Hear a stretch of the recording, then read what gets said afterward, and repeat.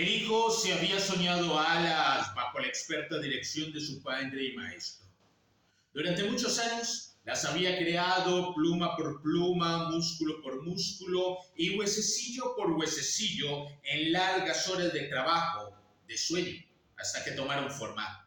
Las había dejado crecer de sus omoplatos en la posición correcta. Era especialmente difícil percibir con toda exactitud la propia espalda en sueños y había aprendido poco a poco a moverlas adecuadamente. Había sido una dura prueba para su paciencia seguir practicando hasta que tras interminables y vanos intentos fue por primera vez capaz de elevarse al aire por unos instantes. Pero luego cobró confianza en su obra gracias a la benevolencia y severidad inquebrantables con que le guiaba su padre.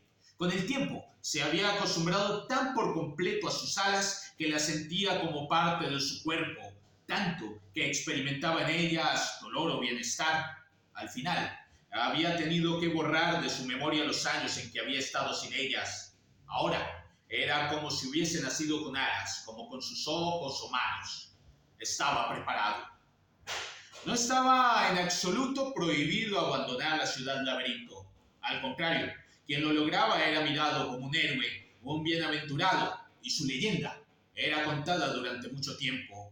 Pero eso solo les estaba reservado a los dichosos. Las leyes a que estaban sometidos todos los habitantes del laberinto eran paradójicas pero inmutables. Una de las más importantes decía: solo quien abandona el laberinto puede ser dichoso, pero solo quien es dichoso puede escapar de él. Pero los dichosos eran raros en los milenios. El que estaba dispuesto a intentarlo tenía que someterse antes a una prueba. Si no la superaba, no era castigado él, sino su maestro, y el castigo era duro y cruel. El rostro de su padre había estado muy serio cuando le dijo: esta clase de alas únicamente sostiene al que es ligero, pero solo hace ligero la felicidad. Después había escudriñado largamente a su hijo y preguntado por fin: ¿eres feliz? Sí, padre, soy feliz, había sido su respuesta. Oh, si de eso se trataba, no había peligro alguno. Era tan feliz que creía poder volar incluso sin alas, pues amaba. Amaba con todo el fervor de su joven corazón. Amaba sin reservas y sin la sombra de una duda. Y sabía que su amor era correspondido de la misma manera incondicional. Sabía que la amada le esperaba, que al final del día, tras superar la prueba, iría a su habitación azul celeste.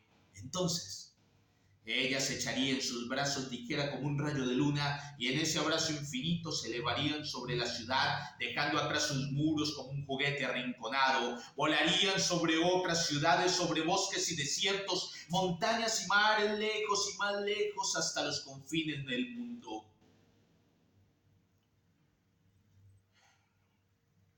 No llevaba sobre el cuerpo más que una red de pescador que arrastraba como una larga cola por las calles y callecas, los pasillos y habitaciones.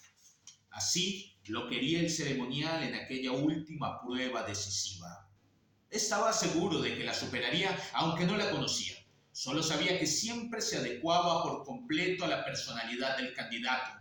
De esa manera, ninguna prueba se parecía jamás a la de otro.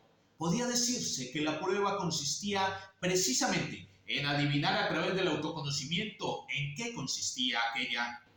El único mandamiento severo al que podía atenerse decía que bajo ningún concepto debía entrar durante la duración de la prueba, es decir, antes de la puesta del sol, en la habitación azul celeste de la amada. En caso contrario, quedaría inmediatamente excluido de todo lo demás. Sonrió al pensar en la severidad casi furiosa con que su respetado y bondadoso padre le había comunicado este mandamiento. No sentía la más mínima tentación de quebrantarlo. Ahí no había peligro alguno para él. En ese aspecto estaba tranquilo.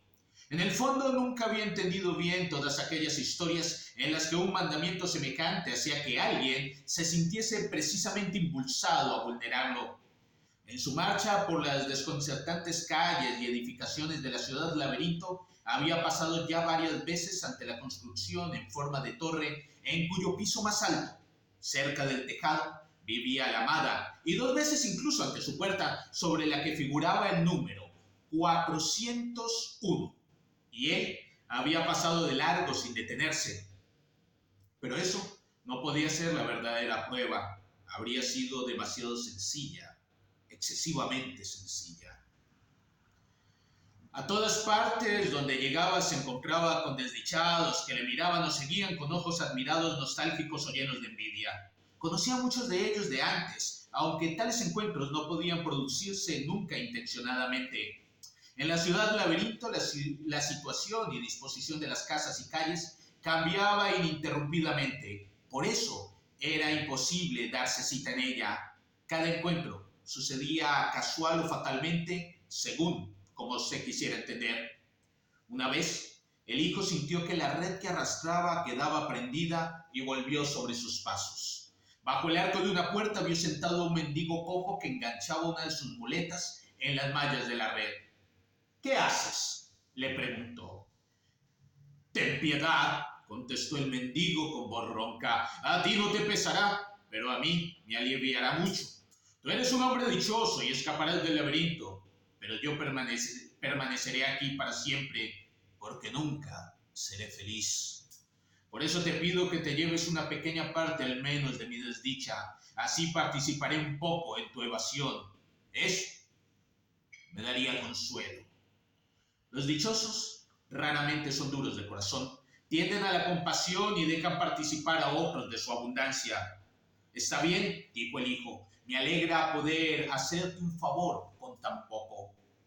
Ya en la siguiente esquina se encontró con una madre angustiada vestida con harapos, acompañada de 3 niños hambrientos. Supongo que no nos negarás a nosotros, dijo llena de odio, lo que concediste a aquel, y prendió una pequeña cruz sepulcral de hierro en la red.